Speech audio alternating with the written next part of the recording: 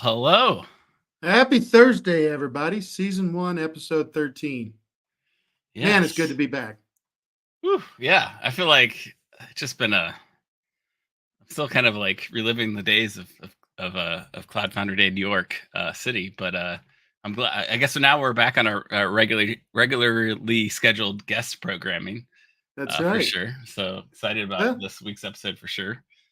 it's interesting one, coming back from Cloud Foundry, reliving that. I loved, being able to recap everything last week, coming off a long holiday. I feel like I'm a little bit running behind, to be honest with you.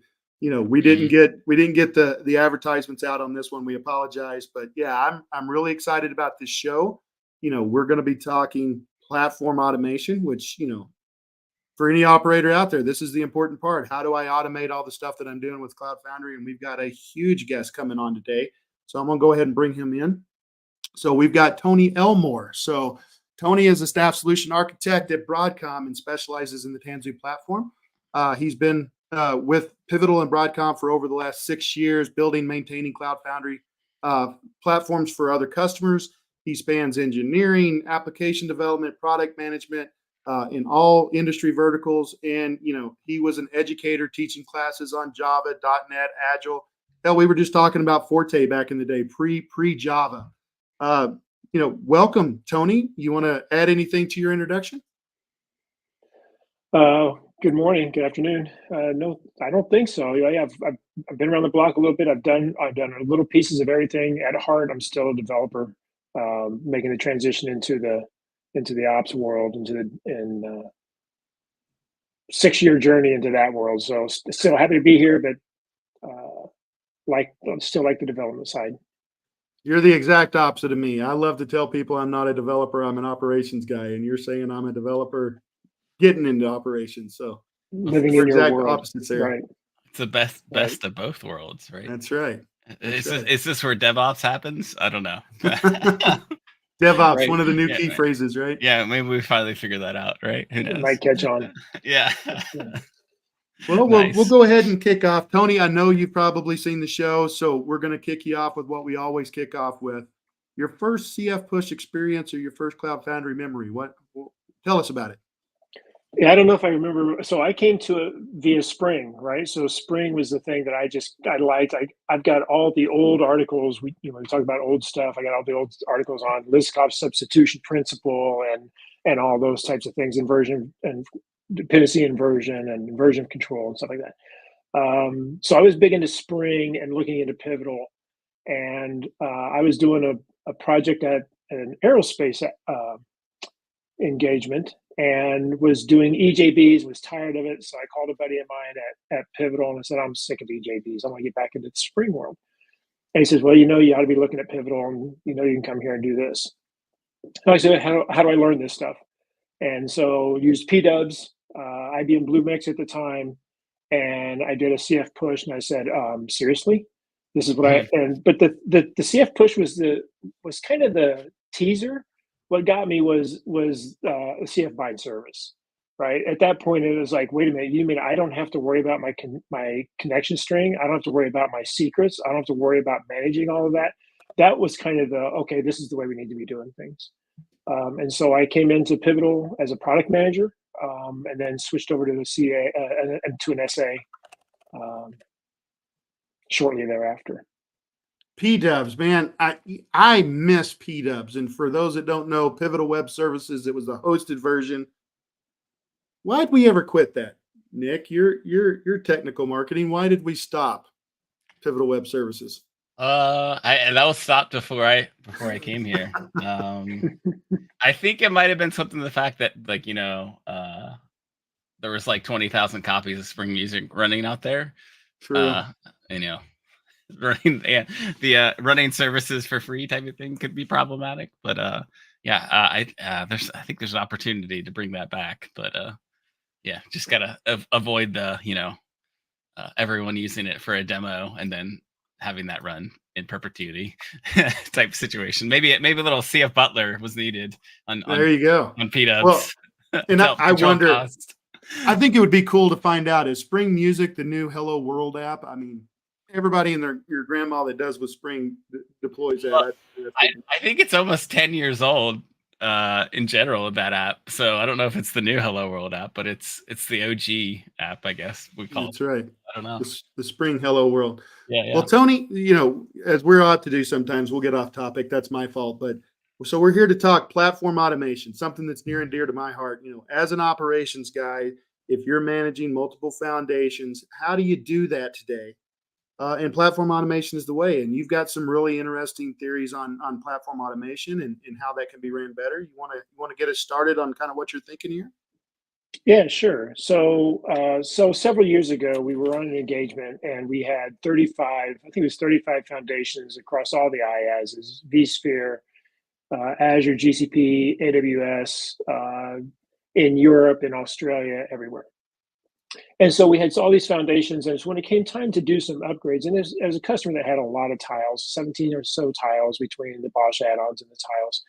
And we started to do the upgrades, and it tended to always fail. And so we started doing analysis. And we were working with a team in Ireland at the time, and that team actually, what we were doing with them actually turned into telemetry, right? They started taking all of our data and turned that into telemetry. And so we were looking at that and said, why do we have so many failures? And it came out really high percentage of the time we were failing because our errands were failing. And so when the errands fail, and of course we had a promotion process, right? So you, as you should do, you apply changes to a sandbox environment, everything's good, and then you promote that to the next level higher, some non-prod or some group of non-prod foundations. And then once those are good, then you promote that to the next higher level, et cetera, et cetera. And we'd have a hard time getting through sandbox and then getting to a non-prod. Non-prod would fail. Pipeline's taking 23 hours before it fails. And we would then next day come in, try to restart it and fail again. And it would take a week before we could get through it. And by that time, we have new upgrades coming because we have stem cells being released. We have versions of tiles being released, et cetera. The pace was pretty frantic. So when they tell us we're looking at all of our errands, why do our errands fail? We look at them and we analyze them, and 9 times out of 10, we'd say, I don't know. So how do you fix it? Well, just run it again. And that really didn't set well with me, right? Just do it again. But it always seemed to work. So that led into, okay, how do we split up our platform automation so that we can put attempts only on errands. If we have to restart something, we restart just at the errand. What was going on is you're doing a big apply change, right? And that's what everybody was doing. They were grabbing their config. You would do a manual deployment of the foundation. You do an own config template, or not config template, but stage config, and we would pull the configuration down. We'd use that as our variables and our templates, and we'd run all of those configurations, and we'd run one big apply change. And that one big apply change is doing 17 tiles and all of the errands. Errand fails, what do? Start it again. You start at the beginning, and you're paying what we called the MySQL and the TAS tax. Back in those days, when you ran MySQL tile with errands, it would take an hour, right? Even if it was a no-op, no change to anything, it's going to take an hour. And so you're paying all that time to do this because tile number 15 failed, and you had to start at the very beginning. So that turned into the process of how do we take out errands and separate those off so that we could run errands individually. And then the next migration beyond that was to say, now how do we run errands at the same time as we can run some apply changes?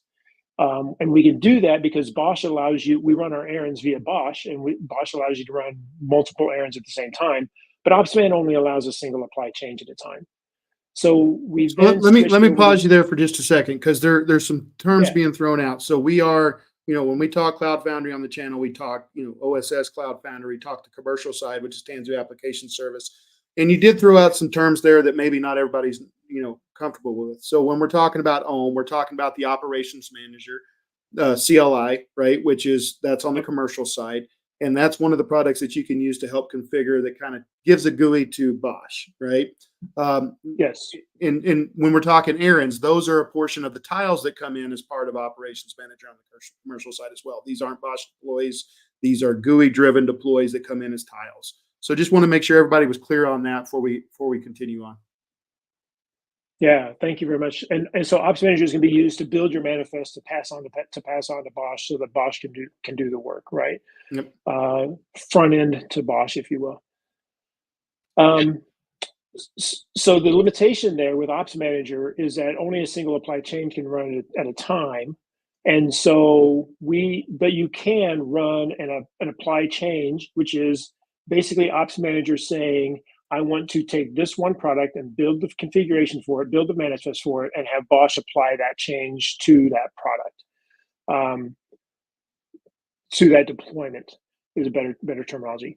So what would happen is we would do an apply change at a product specific level. So we would do an apply change for CF only, right? The CF tile, we would download it, upload the stem cell, configure the tile, and do an apply change on the CF tile. When it finishes, it does two things. It kicks off the next tile's apply change, let's say MySQL, and it also then starts kicking off the CF errands. So what's running at the same time are your CF errands are running, as well as the MySQL apply change is running. Nice. MySQL can get done, right? The apply change can get done way before the CF errands. So what does it do? It kicks off the next one, Redis, right? And it also kicks off the MySQL errands. So you can have CF errands running at the same time you have MySQL errands running at the same time you're running the Redis apply change. And so that allowed us to really knock down the amount of time, clock time, that the pipelines were taking. So we would see pipelines that were running for 30 hours, running down to 6, 7, 8, 9 hours, especially depending on what your change is, right? If your changes are including a new stem cell, which almost always happens, right? Therefore, it has to rebuild the VMs. Therefore, it takes time, right? And one of the big complaints I get all the time is how do I get my pipeline to run faster when I'm rebuilding 150 VMs? Well, rebuilding 150 VMs takes some time, right? So you have to deal with that. And of course, there's mechanisms we can mess with on there, max and flight, et cetera. But there's ramifications to all of those types of things. But and this was kind of what you're talking about is kind of taking advantage, and I think it came in like early mid 2.x, the selective apply changes, because prior to that, yeah, you had to run everything all at once, and then we added the feature correct. on the commercial side to do selective, so that you could do a tile at a time to kind of help with some of these use cases where we were seeing we've got to do a full apply change to only do a MySQL change or a Spring Cloud Services change. Correct. Exactly right. And so then what we wanted to do, so we moved from a big apply change that did all the errands, taking forever. We separate out our errands, we run them concurrently, we run apply changes individually by product, and we run all those concurrently. Or we can't do an apply change concurrently, they run sequentially. But then we wanted to also help our operations engineers by saying, how do we make sure that you're not going to hit some kind of configuration problem later down the line, right? So you have 17 tiles, and let's say your 17th tile is your wavefront nozzle, and you fat fingered something in your wavefront nozzle configuration. You didn't supply, not fat fingered necessarily, but you didn't supply a variable that configuration needed, right? So what do? Run your pipeline and run for 20 hours before it comes up and says, oh, you didn't give me this configuration variable that you need for the wavefront tile. And oh, okay, I go back, I in the old world, I put that configuration variable in, I restart my pipeline, and 15 hours later, I'm there again, right? So we wanted to put some things that we call doing some checks at design time, meaning I want to validate that the variables that I'm providing all the variables you need to do the configuration of the product. And then we also want to do some help you clean up what I call, keep your kitchen clean, meaning that, oh, you've got variables defined that you don't use anymore. Classic example, what happened, right? So we would do a manual deployment of the foundation. We would do an OM stage config. OM is the ops manager stage config, which pulls down the configuration, the template, the configuration of that product. And that's what we would use as our future configuration. And then we'd go next version, patch versions, major, minors, whatever, and variables change, right? The template changes. And did you go back and change your template? No, because that's really super tedious, right? You know, there's a property in TAS or in CF. I can't remember the name of the property, but it gives the document link, right? Yep. And we'll go in there and it'll show 2.4. Well, because that's where you started and you never updated your variables, right? So that's obviously not right. But you never updated your variables. So what we're doing is we're doing some checks to make sure, oh, this variable is no longer used. You don't need this anymore. Let's get rid of it. And then we were very opinionated about how we wanted to set up our Git repository so that you can allow for common variables, right? Security acknowledgement, right? Do you remember that one? It's an X, it has to be an X, can't be anything but an X, right? You have to have it. So that goes up in common, right? And that's common across all foundations. And then there's flexibility in there, right? So some customers say, but I want to have a level of commonality for all my prods. I want to have a level of commonality for all my non-prods. Some are just saying, I want to have just a common for across all foundations and then foundation specific. Well, let me back you up a second, because when we were talking, so going through, hey, you can run your tile upgrade and you run your errands outside of that. Now within Ops Manager, there is a level of dependency that is built into the Ops Manager to apply changes. When you were running this process, did you ever run across any issues where, something with MySQL wasn't done before, scheduler hit, right? And scheduler depended on MySQL. How did you take care of those dependencies? Yeah, it's interesting because there have been different philosophies. I'm of a philosophy that says CF first, and I make that philosophy because A, it's the most important. B, it's the one that others can rely upon, right? I do CF, and then, like you said, scheduler, for example, or data flow or whatever. It deploys applications, so I want my CF to be upgraded before data flow. Right.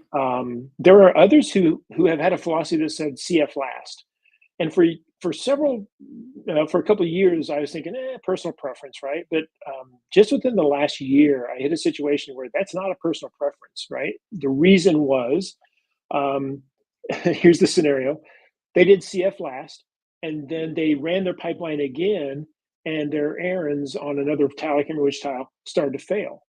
Because when they did the CF upgrade, it deprecated and removed a version of Ruby that was reliant upon the tile relied upon. Right. So those things happen. So yes, those dependencies are there.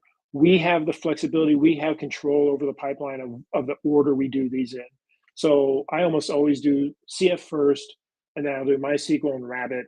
And then I finish off with things like wavefront nozzle, and not to minimize those types of things, but they're a little bit smaller, easier applications. So within your pipeline, because I'm loving this story, right? The ability to, one, what's known with kind of Cloud Foundry and TAS, one of the Achilles heels is the long time for apply changes, especially if you got large foundations with lots of tiles, lots of services. Right. You can use Max in Flight to accommodate some of that, but you still have this serial nature. The way that you're talking about is going to take that and it kind of turns it on its head to say it's still serial, but now we're going to separate these parts and pieces out, because the errands, the upgrade generally doesn't take that long. It's the errands. It's the upgrade all instances. It's running the smoke test. So within your pipeline, let's say you go through there and you do that, and we say, okay, we start the MySQL, but we start running the errands on Spring Cloud Services, for example, right? If those errands fail, how do you separate those out so I can just restart the errands without having to restart, say, the MySQL portion of that? Is each one of those a separate step? I'm guessing the answer is yes on this one. Yep, every one is a separate job. And I'll show you that in the demo later. But yeah, we'll have a job that will be CF upgrade, and then MySQL upgrade, and Rabbit upgrade, and then we'll have jobs that are CF errands, Rabbit errands, MySQL errands. And so one job fails, you can fail it, or you can see it. And that's the beauty, right? So when it was one big thing, remember when one big thing failed and you got a big red box on Concourse, and you go in and say, it's a lot of digging. What failed? Which errand was this that failed, right? But it's a lot of analysis just to get to the failure. Now that those are split up, I can see, oh, it's a CF errand, and it's the smoke test, or it's the whatever, right? And I've reran it 5 times, so I know it's probably something I need to look into. We really kind of got to the point where it's a big discussion, right? How long does it take? And we really got to the point that says, I don't know that we want to minimize that time, but I don't know that I care how long it takes if I'm confident that it's going to be green at the end, right? The problem is that it takes forever and you're pretty sure you're going to have failures in the middle. So everybody was babysitting their pipelines. And if we can increase the probability of it being green, then I can deal with it being taking longer than I would like for it to. Yeah. And what Nice. about this? I'm sorry, go ahead, Nick. Yeah, I want to add a couple of things here. So when we talk about platform automation toolkit, right? That's kind of like the building blocks that Tanzu provides on top of I guess Concourse and things to help automate the overall platform flow. Tony, I think you have like optimized those building blocks and have what we're talking about is a pattern to use the platform automation toolkit to optimize that for faster pipelines and things. And then I guess secondly, before we get back into it, we're saying a lot of it's taking a long time, and if you've done the CF TAS world, yes, some of these apply changes take a while, but then I guess some of the alternative I've seen too, and some of the other ways to run apps these days, they haven't upgraded their deployments in 3 years. So we're doing this thing called in place upgrade without taking outages. That's a very Bosch / CF type of thing that could happen pretty easily, and it may be unknown to folks who've never even heard of this concept. So we talk about repaving. We're rebuilding the whole platform from the ground up, from a golden kind of clean image. And some of the users or our customers do this every couple of days, just from a security perspective. But all right, and I'll step back now.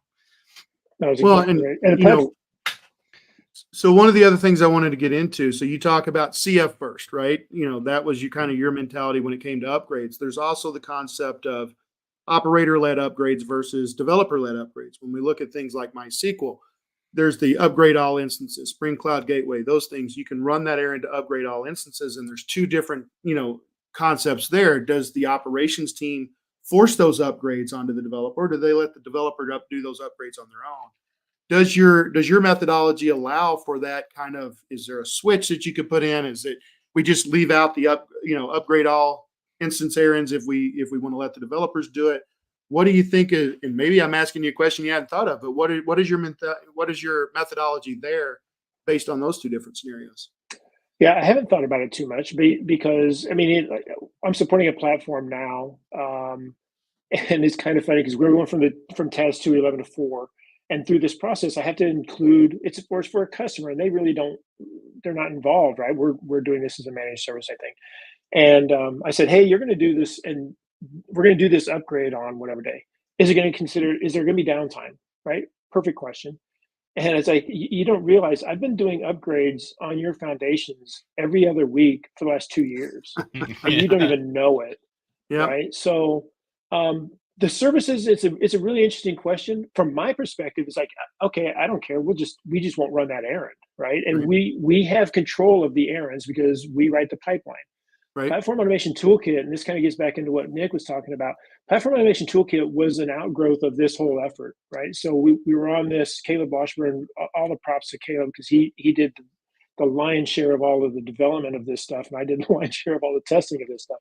And but that turned into, hey, Platform Automation Toolkit team, here's a bunch of errands and that we want to build that we use as the building blocks for this thing. What we didn't give at the time was good guidance on what's the pattern on how to implement this thing, right? And so it kind of took a little bit of variations, and there are some variations to it, and some are valid, some of I think are overkill, but that would be one. It's a toolkit, it's a building block, so don't run that errand, right? So what we do in our configuration is we turn off all errands. So when you do an apply change, no errands run.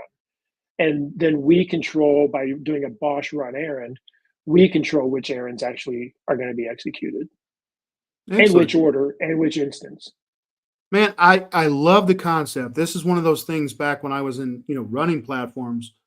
I wish we would have met, right? So platform automation took a load of burden off of us. But going back to what you talked about, it would still sometimes, depending on the size of your foundations, it could take a long time. And anybody that's dealt with TAS has always ran into that. The errand failed, just rerun it, right? And generally it works on the second time. I love this idea of separating those out. I think that this, I'm curious as whether you have any numbers, but I'm curious as to what did you see in a reduction in time frame by doing this methodology and pattern versus the kind of deploy all? And then two, it does give you a lot of flexibility. If we're leaving CF alone, I only want to upgrade MySQL. I only want to upgrade Spring Cloud Gateway. I can run just that particular pipeline to do it, which gives that whole concept again of either repave or continuous improvement on the platform. It gives it more functionality to do that. I love this idea, Tony. Yeah, you have a lot of flexibility there. I tend to tell people when they want to create multiple pipelines, right? One for this, and one for that, and one for the other. I tend to lean toward just have a pipeline, right? And it's a single. By the way, it's a single pipeline that paves a new foundation or repaves an old foundation or upgrades a foundation. It's a single pipeline, right? So okay, you're not doing anything to MySQL. But if you want to just do CF only, and here's my reasoning, right? Here's the logic, and you guys may tell me this is a flawed logic, but if it is, please let me know. My logic is if I update CF, I want to at least run all the smoke tests for every other tile, right? Right. So just run the pipeline. Have a single pipeline that runs everything. Oh, but I'm not updating CF. I'm not touching CF. I'm only touching Rabbit. Yeah, but just run it, because to do CF apply change, by the way, with as a no op takes what, 7 minutes? It's nothing, right? So let CF run its 7 minutes, let it run its errands, but while you're running the errands, that's not hurting you because you're running the next supply change, and then you're getting to Rabbit quicker than you would before. So Yep. I'm not a big proponent of saying let's have multiple pipelines. I'm not a fan at all of trying to coordinate pipelines between pipelines, and that's kind of not using Concourse the way Concourse is designed to be used. Right. And this tool is fairly Concourse centric, although what we have implemented this on GitLab CI, we've implemented it with Harness, and so those other CI tools work. It's just really simple in Concourse.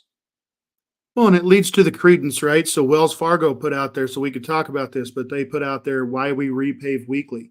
There's a lot of benefits to repaving your foundation from a security standpoint, cert rotation, things of that nature. Getting rid of, any potential, because when you repave and you redeploy your apps, you get new secrets, you get all these new things that the platform takes care of you.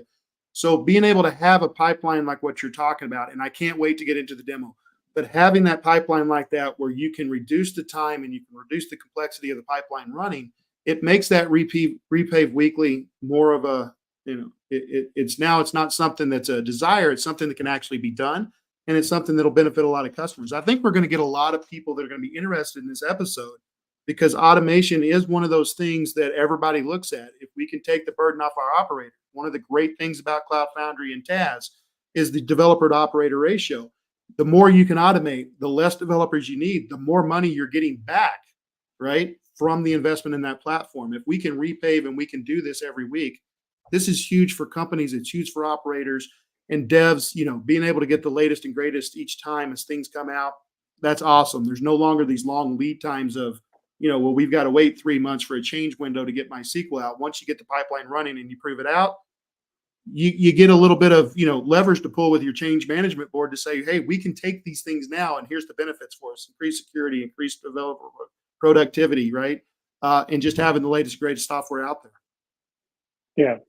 Yeah. And there's one of our very large customers.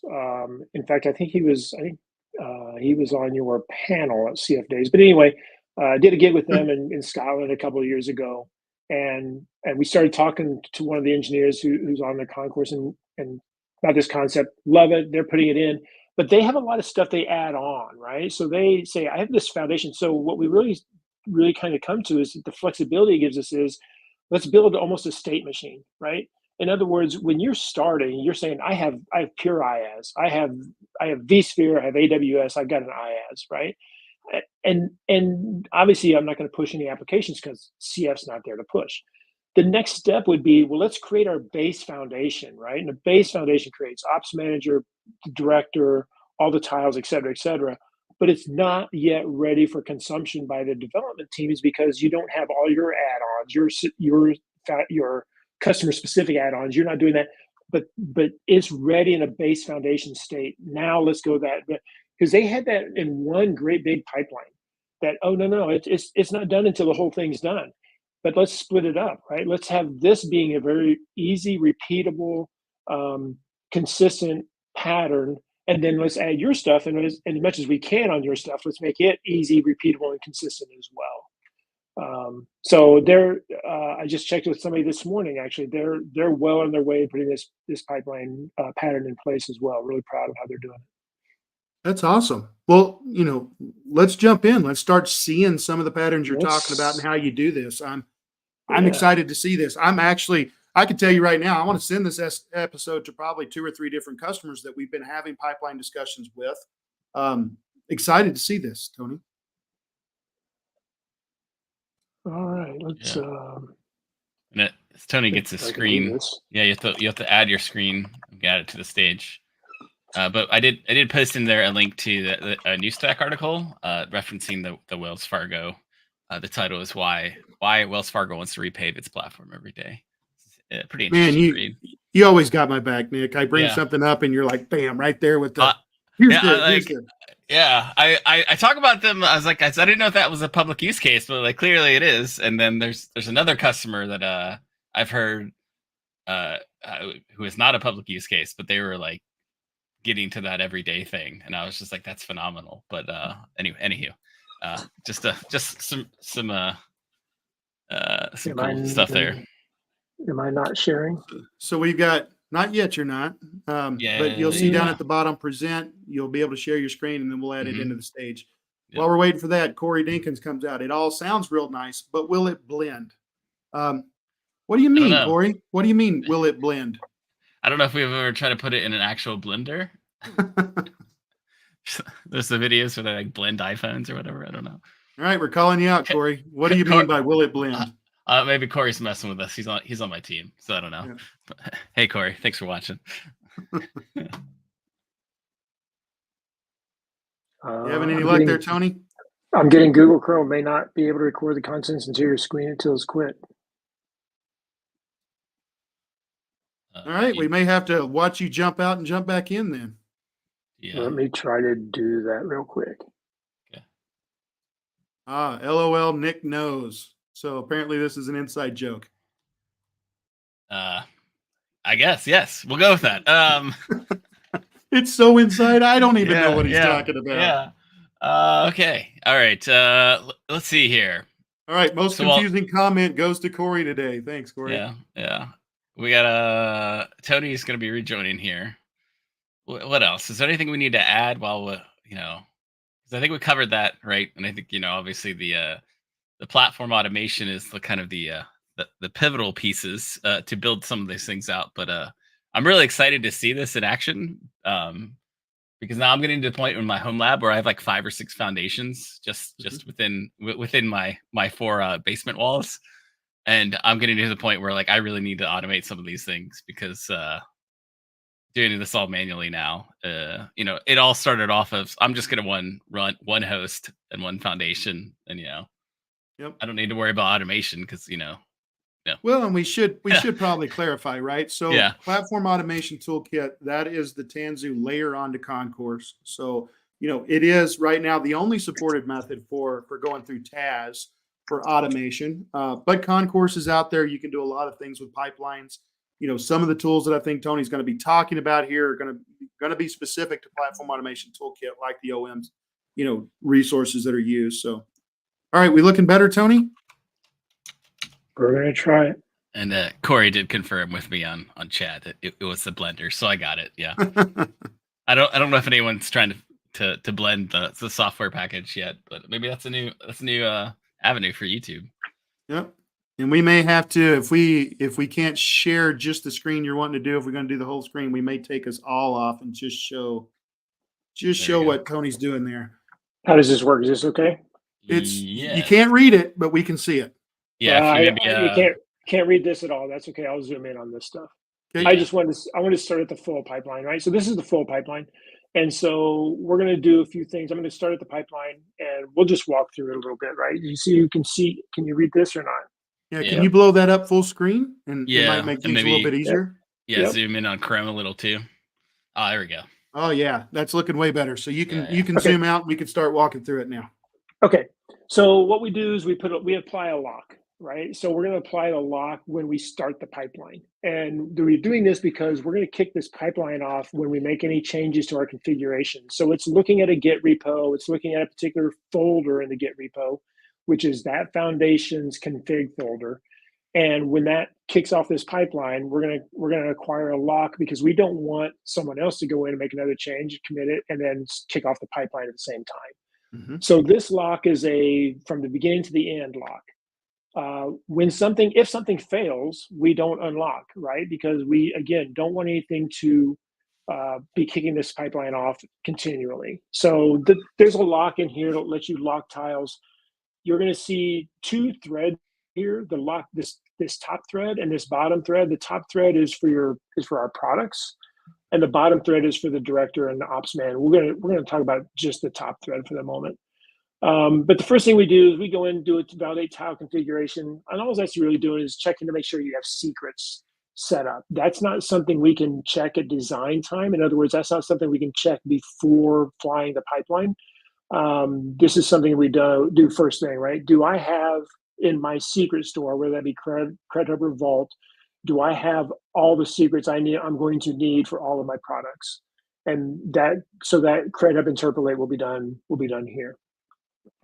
And then it gets into PAS. And so PAS, TAS, whatever you want to call this thing, right, at this time. These are the tasks, and this is going to look the same for all foundations. And I'm going to blow that up. Better? Yep. Mm-hmm. Okay. We're going to do a download stage tile sim cell. We're going to, and we have a custom task in here. I have a custom task in here that I don't use, the platform automation task. And the only reason is platform automation task will download the tile, and then we'll upload the tile, and then OM will come back and say, Ops Manager will come back and say, yeah, you really didn't need to do that because I've already got it. And so the custom task just checks to make sure, do I have to do this? Because I don't want to take the time to download this if I don't need it. Gotcha. We're very specific on versions and on stem cells, and I'll show you that in the configuration. So basically, this is downloading the tile, downloading the stem cell, uploading it to OpsMan, and then we're going to the configure, which just does a configure product, and I'm going to show you the code on that and how that works. And then we're doing an apply product change for just this one product, right? So then we're going to. We got a question from Corey. So I kind of answered this for you, Tony, but I'll let you add in there. So he asked how long this pipeline takes. We were just looking at the task specific portion of this, Corey, which it shows it's about 11, 12 minutes, but that's just for the download stage and config of the task tile. That doesn't include the errands and all. Yep. And the apply change. Yep. But that doesn't include the errands and all of that stuff. No. That's just the upload, config, and setting of the tile itself. Correct. Yep. Now, if you have an apply change here, where let's say a very, very common thing now is you should be updating your stem cells often, right? We found for people were not updating their stem cells for months. And so we want you to update your stem cells often. So therefore the apply change here would actually be doing something. This one's not doing anything. 11 minutes to not do anything. Yep. Right. Kind of a no-op. Yeah, it's a no-op. But if you've got a foundation, some places are limiting their foundations to about 100 Diego cells. Some places have 400 or 500 Diego cells in a foundation. This takes a long time because it has to rebuild all those VMs. And for those out there, that's somewhere where you really got to look at your strategy when you're deploying, TAS tile, you're doing a stem cell upgrade. This is where something like, your max in flight, and having a good strategy for max in flight to help kind of take care of that rather than doing one Diego at a time, do multiples, but making sure that you got the overhead to, place your apps when you're going through the evacuate process for those Diegos that you're upgrading. And, maybe that's something that we talk about a little bit later, is kind of what that strategy looks like when you're looking at max in flight, because it could really benefit you, but if you ain't careful, it can also really hurt you if you don't do your max in flight correctly. Correct. All right. All very valid points. So when this particular job finishes, we're going to follow the solid line. It does two things, right? First thing it does is it kicks off MySQL. MySQL looks exactly the same. Download style, stage tile, stem cell, configure and apply products. I wouldn't probably make this 10 anymore, but I might put 2 attempts on the apply change, but I wouldn't do 10. But the other thing it does is if you follow the configuration line all the way across, it then kicks off, here we go, PaaS errands, right? And so here is where we're going to have each errand individually laid out. Each errand has an attempts on it. And this job for the PaaS errands will run at the same time as the MySQL apply change. That's awesome. This can look a little different. Let me show you. I've got it. It's been experimental for 2 years, but there's an experimental thing in Concourse with using the across. And if you use across, the errands would look a little bit like this. It'd be errand name. It'd still split them up, word out of each individual errand. But this makes your pipeline even easier because you only define the errand once. The run errand stanza in your Concourse, you only run it once, and you just have an apply change using the across step. But the across step is experimental. So it just works its way down. So what you'll see in here is that across the top here, one of those will be running, and you can see multiples of these errands running at the same time. So it's not uncommon to sit there and say, oh, metric store here is running, and at the same time I got SCS running and scheduler running, right, of the errands. So what is your resource that you're using to call out? You're just basically calling out the Bosh command to run that errand specifically. What's the resource that's being used there? That's exactly right. I'm just calling. Yeah, there's a run errand. Yeah, there's a run in there. There's a run errand there. Okay. So, and then too, I would assume that like when we're doing something like this, we probably don't want to be an ops manager in the GUI, right? Or how does that work?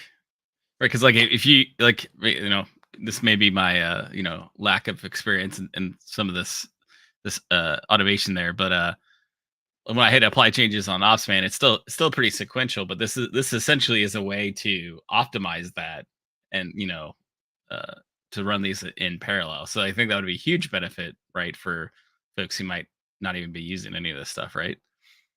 Right.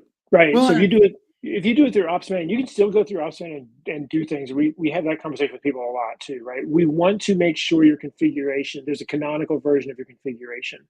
And that canonical version of your configuration should be in Git so that it's versioned, so that it's controlled, etc.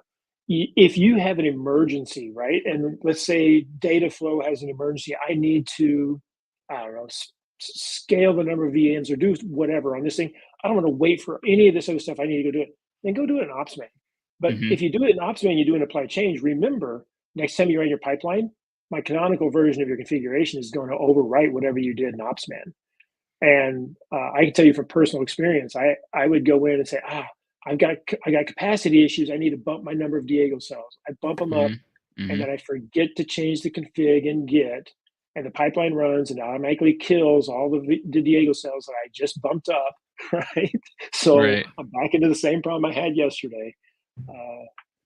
And you could do this same thing kind of with scripting, right? I mean, when I first started out, that's how I did this. I did this through scripting, but where Concourse really provides a lot of benefit is, one, those resources will take care of a lot of that scripting code for you. Instead of having to write a big script to go out and log on to Bosh and run the errand, you do the run errand resource, right? You also get that visual feedback of where you sit, how much time it took. It provides a GUI to that front end, which, everybody loves GUIs. They love that visual approach. And it gives you the ability to, like you said, kind of split those pipelines out, run the portion that I want to. I don't have to run this whole pipeline. If I'm not mistaken, correct me if I'm wrong, Tony, I could go into one of the, what we're seeing as the green boxes and just run from there. Is that correct? No, you cannot. And the way Okay. the way this is set up right now, we cannot. There are variations of this pattern that allow you to do that. But the reason we can't is because the solid line here is configuration, which is my Git repo. Gotcha. So if I make a change to my Git repo, I can't come into the Rabbit and have it, because it's going to have to become at the very beginning, right? Because of the Git commit.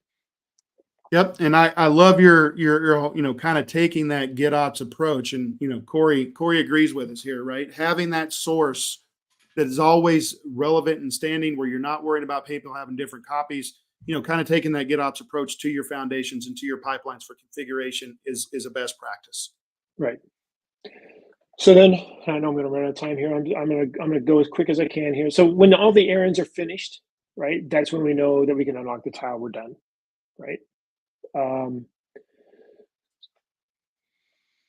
So, go ahead, Nick. Sorry, I'll just give a quick shout out to Caleb, and I think he was chiming in there something about the timing of some of these things.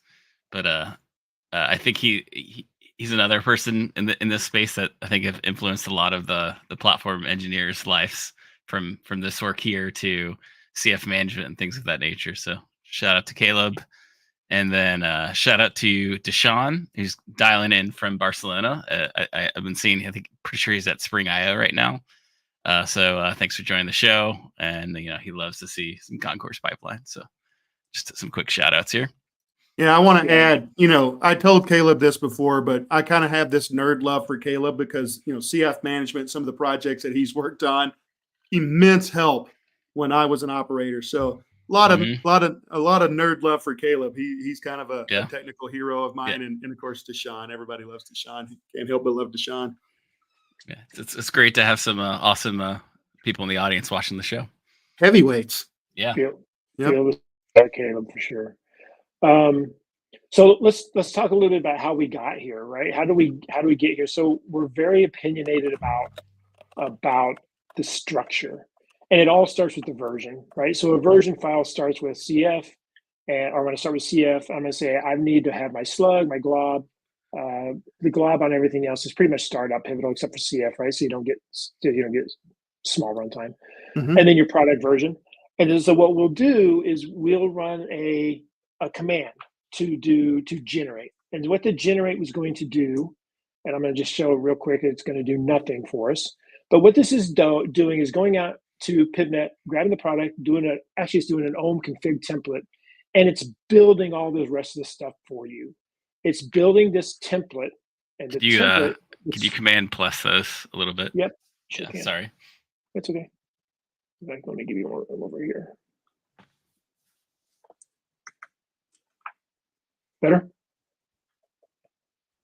Yes. Okay. So this template looks for everybody's gonna look. This is gonna look familiar to everybody, right? This is our product properties, and it's all parameterized. All of it's parameterized, right?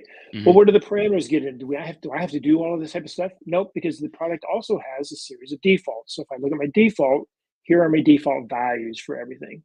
So the only thing I need to supply as an operations engineer is I have to supply the things that I want to vary from the default and the things that I don't have defaults for. And I've got some choices about where I can put that. I can put it into the common. We talked about the common before, right? So common is going to have things like security acknowledgement. It might have my network names. It might have, and it's going to have all my errands turned off, etc. This kind of gets into something I want to talk about real quickly about what I call structural parity. Structural parity is if your foundations can remain structurally with structural parity, it's going to make your life much easier. What does that mean? If you have MySQL deployed, but in prod you have a leader follower, you have an HA version, but in dev you have a standalone version, right? A standalone plan. If you're going to have all of those plans, have them everywhere, right? Have plan 1, plan 2, plan 3. If you have 7 plans, make all 7 plans everywhere. you don't have to be the same, and you don't have to expose them to that foundation. But if they're the same, then I can start building my structure for my template, and that can be consistent across all foundations, right? So if I look at templates, I look at defaults. So I've got, like I said, I need to override defaults, or I need to supply values for variables that don't exist. I can put it in common. I can put it in vars. So if I look at my CF vars, in my little test application, these are the only variables I have to create. Now I've got a 1AZ, right? So, but that's okay. This is all I have to do is supply app domain, system domain, my AZ. That's it, right? And this gives me a base CF deployment. I can also put it in secrets, right? So I can have my credit encryption keys, my certs for network post certs, et cetera, right? How does that play into our favor? Well, if you look at the pipeline, I'm gonna get rid of all this stuff here. We look at the pipeline, and we're gonna look at and PAS, credit interpolate, download stage tile stem cell. When we look at the configure, when we call configure, this is, by the way, a platform management task that's called configure product. We're going to pass it in our vars, and these are going to be consistent. They're going to be defaults, common, vars, and secrets, right? Yep. In this configuration, the interpolation last one in wins, right? So I'm putting in defaults. I'm going to override with common. I'm going to override with my vars. I'm going to override with my secrets. This looks exactly the same for every product. Obviously, the name changes, right? So that's how we do the configuration. So how do we do? Let's look at the CF here. Let's look at vars, CF. We talked about saying we don't have that. So now let's do we have a validate, right? So if I validate configuration, it's going to come back and say, hey, I need to define singleton availability zone because my template says you need it and you're not supplying it to me. Oh, I go to my vars and I supply my singleton availability zone. And then I do my validation, everything's good. What if, we talked about this earlier, what if I have one called Tony test and I do my validation? I'm going to say, hey, I'm expecting to use this variable Tony, but you're not using it anywhere in your variables or in your template. Oh, that's awesome. Okay, keep your kitchen clean. Now, how do I, and here's kind of the kicker. I started with a version file, and that's all I had was a version file. It created everything for me, but I'm only got a single AZ. How do I do multiple AZs? We have this thing called ops files. So if I go to ops files and I look at CF operations, I'm going to create in here, let me show what I can show. When we did the generate, it's going to create these tile configurations, and it's going to keep it for all the different versions, right? So 4.808.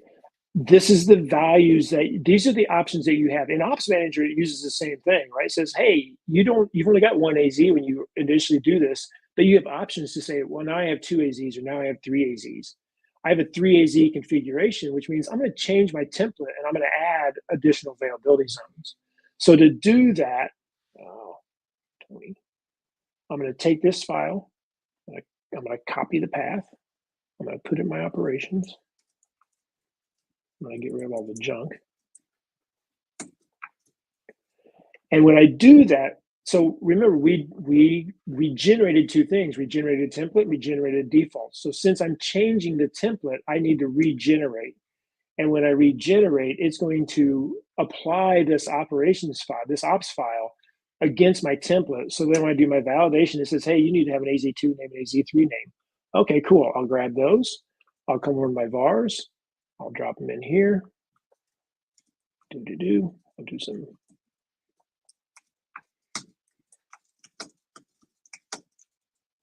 AZ 1, 2, and 3. And then I'm going to validate. Say, yep, you're good.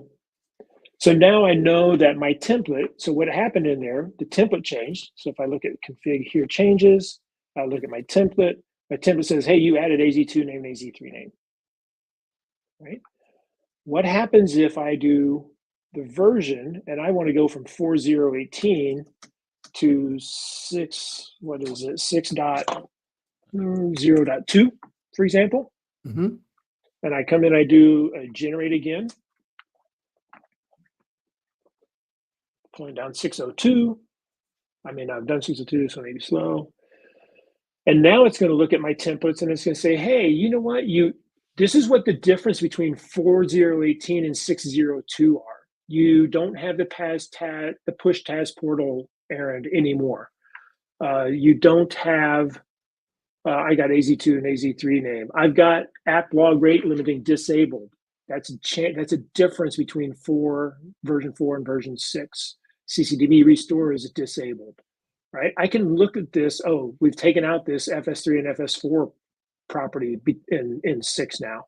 So I can look at this and I can say, oh, I know exactly how my product's being reconfigured based upon a different version of the product. And then I can do a validate and say, oh, I expected to use this FS4. Oh, well, they took that out. I can now take that out of my vars file, right? Because I don't want to leave that in and leave it cluttered. Keep your kitchen clean. So I would then modify my vars file and take those out and be done with it. What questions do you have? Nothing, man. This is awesome. And I got to admit, your timing's perfect because we're coming up on the end of the hour. But is this something, do you have a repo out there where people can look at this? Is there anything public? Do they need to get a hold of you? How does a customer start going down this route? Yeah, I've got a published repo, but I don't have it. I've not got it public. So at this point, I would say contact me. Okay. We can get things moving. Yeah, I mean, I would love to work with you personally on this to get a little bit more involved and knowledgeable on how you're using this. I think this is something that would be a huge hit with customers. Now, I think we do got to kind of talk about, and we just lost Nick there for a second, but I do think we need to talk about, this is really going to be for more the commercial side. This is going to be for Tanzu Application Service. You can use this. You can use Concourse for, the open source side, but a lot of the things and a lot of the properties you're talking about here are going to come with Platform Automation Toolkit. They're going to be specific to TAS. Yeah. Have you looked at doing anything on this on the open source side? I've not. Okay. Fair. Am I back? You are back. Okay, we lost sorry. you for a little bit. And we have some other scripts that we have in here that help us promote and then configure. Look, it's not a simple thing to take a current foundation and build it all out with the variables the way they should be, right? So I have some scripts that do a comparison, right? So do a stage config on what's currently deployed. Make sure you get the right ops files. Make sure you get the right vars. That's a tedious process. It can be a very tedious process. But the end is well worth it. Okay. Yeah, I want to take this and try to apply this to my home lab foundations because I need some platform automation love there for sure at this point. But yeah, agreed. I think this is something, from a corporate perspective, this is something that we could use for field, right, to help them get demo foundations turned up. I think it'd be very easy to come in and show what you needed to change and have that kind of GitOps approach to do field demo foundations from a customer perspective. I really do. I kind of noted this out in the chat. This is something that I think is going to help customers kind of cut down that timeline for deploys through automation, right? When you're running those errands outside and you've got the built-in retry on the errands, this is one of those things that you can kind of come off in the morning, kick it off, go have your cup of coffee and come back and check on it every once in a while. And hopefully by the time it just runs through, instead of having to babysit your pipelines like we're all used to. And I'm amazed, Tony. I mean, looking at your pipeline, you probably don't have as many tiles as I did, but your pipeline that does all of this is actually smaller than the ones that I used to run for my foundations that were single pipelines that you were talking about that did everything, sequentially. So very interesting concept. I think this is great work, man. I look forward to doing a little bit more of this, and I think this is something we should promote pretty heavy. both on, the YouTube site as well as, with customers. Love to Yeah, get a demo and- working out. Yep. And again, huge shout out to Caleb. Caleb put a whole lot of this together. So it was all great. Nerd worship. Yeah. Well, I've known Caleb way too long to say that. I can't. Yeah. That makes sense. Well, so I mean, we're at the top of the hour. Any parting comments? We're going to go ahead and, if you want to reach out to Tony, here's his LinkedIn. We will put this down in the show notes at the bottom at the end of the show. So if you need to reach out to Tony, you got questions on platform automation, feel free to do so. We're going to go ahead and remind you, hit that subscribe button, hit the bell, make sure you know when new things are coming out here, wherever. We're here every Thursday at 1 p.m. Eastern. Look forward to the next show. Nick, parting words? Quick shout out to Mark. Thanks for joining again. He, loves platform automation. And then, Deshaun's back with, he loves Concourse and Spring Boot apps. So just more quick shout outs there. But yeah, I think this is a great episode. For those listening on the podcast, there is a lot of visual in this episode. So I'll put a disclaimer when we publish this to the podcast that it will probably be best consumed via the video format to see all the screens and things. But always, feel free to listen to on the podcast as well. But yeah, I think another great episode in the books.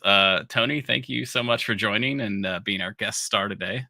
No, I'm going to challenge you, Tony. I think the one thing you're missing there is notification, right? So my old pipelines, we hacked together this way of sending emails when each thing passed so that we didn't have to sit there and stare at a screen. So I'm going to go ahead and challenge you to think about adding some notifications and updates so that you don't have to stare at your pipelines into a future release of this. I've already got it. I got a pipeline now that does it. It'll update Slack. It'll actually update the pagerduty if it needs to, and it updates Wavefront. So nice. We're good.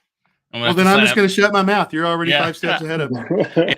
I definitely need some of that too for my lab. Every now and then I'll lose a host and then, be over the weekend and they're like, oh no, I've got a bunch of cleanup to do. Like I need some more automation there. I definitely don't have in the reference pipeline because again, trying to keep it as clean as I can for the reference. But yeah, that makes sense. Well, expect me to be reaching out to you because I think this is something that we really should push, especially with the reemergence of Cloud Foundry and Taz coming back out there and the reinvestment. Making sure that customers know there's options out there and there's ways to do their pipelines better. I think this is going to be something that's going to be huge. And then, hey, since you got my pager portion of it, what about smoke test for apps?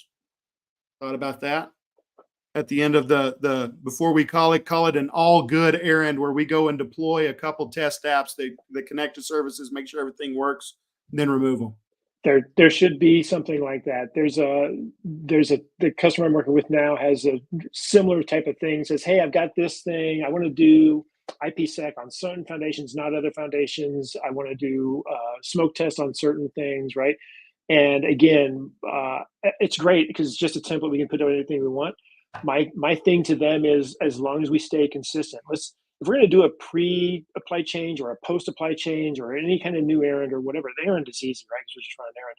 But if we're going to do anything like that, we do it on all tiles. And if it's a no-op, it's a no-op, right? But it's at least consistent. Love it. Love everything about it. Man, great work, Tony.